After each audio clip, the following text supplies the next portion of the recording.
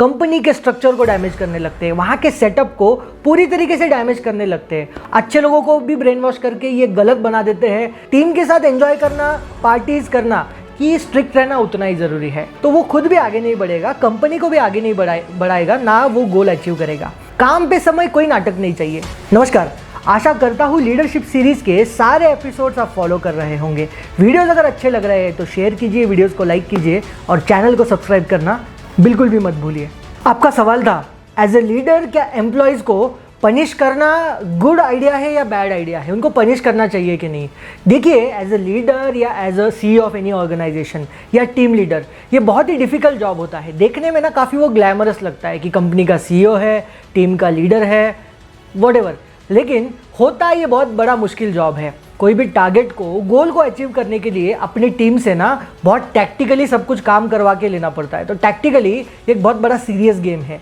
Dealing with employees, subordinates, आपको ये समझ के लेना पड़ता है कि उनके प्रॉब्लम्स क्या है, वो कहाँ पर वो गोल पर अटके हुए हैं, कहाँ पर एक्चुअली स्टक हुए हैं। सबको समझ के लेना पड़ता है। उनके प्रॉब्लम्स को सॉल्व करना बेहद ज़रूरी हो जाता है एज ए लीडर। और फटाफट डिसीजन मेकिंग ही बहुत इंपॉर्टेंट रोल अदा करती है, क्योंकि फटाफट डिसीजंस आप नहीं देते हो ना तो पुअर लीडर बन जाते हो। फिर वो एज ए लीडर फिर आप इम्पैक्ट नहीं कर पाते और आपको फटाफट डिसीजन देने पड़ते हैं, क्योंकि काम भी समय पर हो, काम पर वो कहीं पर भी ना अटके। And at the same time discipline maintain करना भी बहुत ज़रूरी हो जाता है। That leader should be very flexible with employees but he should not lose focus on goals and priorities. मतलब टीम के साथ एंजॉय करना, पार्टीज करना, सेलिब्रेशंस करना, उनके साथ घुल मिल जाना बहुत अच्छी बात है, फैंटास्टिक है, लेकिन काम के समय काम होना बहुत ज़्यादा इंपॉर्टेंट है। काम पे समय कोई नाटक नहीं चाहिए। पार्टीज वगैरह सब ठीक है, उनके साथ टाइम पास करना ठीक है, लेकिन काम के समय नो नाटक। क्योंकि किसी को ये भूलना नहीं चाहिए टीम में एम्प्लॉयज़ ने कि उनको अपॉइंट किस लिए किया है। तो लीडर का काम है उनको बार बार बताना कि तुमको अपॉइंट किया है उस काम के लिए। बाकी फ्रेंडशिप, बाकी पार्टीज चलती रहेंगी। I have seen many leaders जो काम छोड़ के बाकी सब करने लगते हैं, उनके साथ टाइम पास करने लगते हैं। जब काम की बात आती है तो काम नहीं होता, लेकिन बाकी सारा टाइम पास होता रहता है, बर्थडेज पार्टी होते रहती है, सब होते रहता है, लेकिन काम के समय काम नहीं होता है। तो ये पुअर लीडरशिप का एक बहुत बड़ा साइन है। अब एम्प्लॉयज़ के साथ घुल मिल जाना, फ्रैंक रहना जितना ज़रूरी है ना, उतना उनके सामने टफ रहना बहुत ज़रूरी है। जब काम नहीं हो रहा है ना, उस समय टफ रहना बहुत ज़रूरी है। पेनल्टी हो, पनिशमेंट उतना ही ज़रूरी है, ऐसा मेरे को लगता है, जितना वो बाकी एप्रिसिएशन, गिफ्ट्स और पार्टीज़ है। अब कितना एप्रिसिएशन करना है, कितना घुल मिल जाना है और उनके साथ कितना स्ट्रिक्ट रहना है, उनको कितना पनिश करना है, ये तो अपने आप में एक बहुत बड़ी कला है। ये तो आर्ट है, मैं कहूँगा, जो काफ़ी लीडर्स में ना कम दिखाई देती है।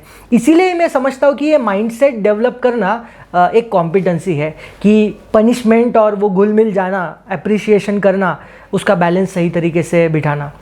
अब आपका जो सवाल था कि क्या पनिशमेंट, पेनल्टी, स्ट्रिक्ट रहना ज़रूरी है, क्या कोई लीडर बिना स्ट्रिक्ट रहे क्या अपने काम कर सकता है, गोल को अचीव कर सकता है, ज़िंदगी में आगे बढ़ सकता है, कंपनी को आगे बढ़ा सकता है। देखिए, मेरा ओपिनियन, मतलब मुझे ऐसा लगता है कि स्ट्रिक्ट रहना उतना ही ज़रूरी है, क्योंकि एक लिमिट क्रॉस होने पर ये ज़रूरी बन जाता है। क्योंकि कोई अगर आपके एम्प्लॉयज़ में कोई गलत काम करता है और या फिर मैं कहूँगा काम नहीं करता है, टारगेट्स को पूरा नहीं करता है, काम छोड़ के उसको बाकी सब समझता है, बाकी सब चीज़ें उसको समझती है, हर्ट होना समझता है, सब समझता है, एक्सपेक्टेशन समझ में आती है, सब है, तो ज़रूरी बन जाता है आपको भी स्ट्रिक्ट रहना, क्योंकि ये किसी के लिए भी अच्छा नहीं है। अगर वो काम नहीं करता है, काम छोड़ के बाकी सारी चीज़ें करता है, तो वो खुद भी आगे नहीं बढ़ेगा, कंपनी को भी आगे नहीं बढ़ाएगा, ना वो गोल अचीव करेगा और अल्टीमेटली ऑफिस में सबको डैमेज करते रहेगा, यानी वो ना डैमेज ही करता रहेगा। और जब कोई लीडर ये सब देखते रहता है फिर भी कोई एक्शन नहीं लेता, देख रहा है लेकिन कोई एक्शन नहीं ले रहा है, तो चांसेस है कि वो लीडर को ना पुअर लीडर के तौर पर देखा जाएगा, उसको कोई कभी भी सीरियसली नहीं लेगा। तो इसलिए ज़रूरी है स्ट्रिक्ट रहना। और जंगल का भी ना यही लॉ है, जब शेर वीक होता है, लीडर भी पुअर होता है, तो ये सब डिस्टर्ब करने लगते हैं, ये बाकी के खराब एम्प्लॉयज़ कंपनी के स्ट्रक्चर को डैमेज करने लगते हैं, वहाँ के सेटअप को पूरी तरीके से डैमेज करने लगते हैं। और ये सब बाकी के फालतू लोग हैं ना, ये कंपनी को टेक ओवर करने की बात करने लगते हैं, यानी टेक ओवर यानी ग्रुपिज्म करने की बात करते हैं, टीम को बुली बनाने की बात करते हैं, मिसगाइड करने लगते हैं, लोगों को ब्रेन वॉश करने लगते हैं, अच्छे लोगों को भी ब्रेन वॉश करके ये गलत बना देते हैं, गलत बोलने लगते हैं कंपनी में। और क्योंकि इन एम्प्लॉयज़ को किसी का डर नहीं होता है, कुछ भी करो, कैसे भी नाचो, काम मत करो, तो ये फिर बहुत ज़रूरी बन जाता है। आपका जो सवाल था कि पनिशमेंट और स्ट्रिक्ट रहना कितना ज़रूरी है। अब एक बात, लीडर्स ने एम्प्लॉयज़ को सिर्फ शो ऑफ करने के लिए पनिशमेंट नहीं देना है, यानी बॉसिंग करने के लिए एम्प्लॉयज़ को पनिश बिल्कुल भी नहीं करना है। यदि आप मेरा वीडियो देख रहे हैं ऑडियंस, तो आपको लग रहा होगा कि पनिशमेंट देना ज़रूरी है, तो क्या पनिशमेंट दे के सिर्फ बॉसिंग करना है। मैं उस तरीके की बात नहीं कर रहा हूँ, यानी पावर और पोजीशन दोनों का यूज़ करके पनिशमेंट आपको नहीं देना है, नहीं तो आप फिर एडॉब हिटलर बन जाओगे। हिटलर बन जाओगे तो आपको फिर कोई सीरियसली नहीं लेगा, आपको फिर गलत तरीके से लोग देखने लगेंगे। ज़्यादा बॉसिंग, ज़्यादा पनिशिंग भी बहुत गलत चीज़ है, अनफेयर लगने लगता है एम्प्लॉयज़ को भी। तो मेरा ऐसा मानना है कि the leader who knows the right level of punishments carried out in a right manner and right time is always respected, is honoured by one and all.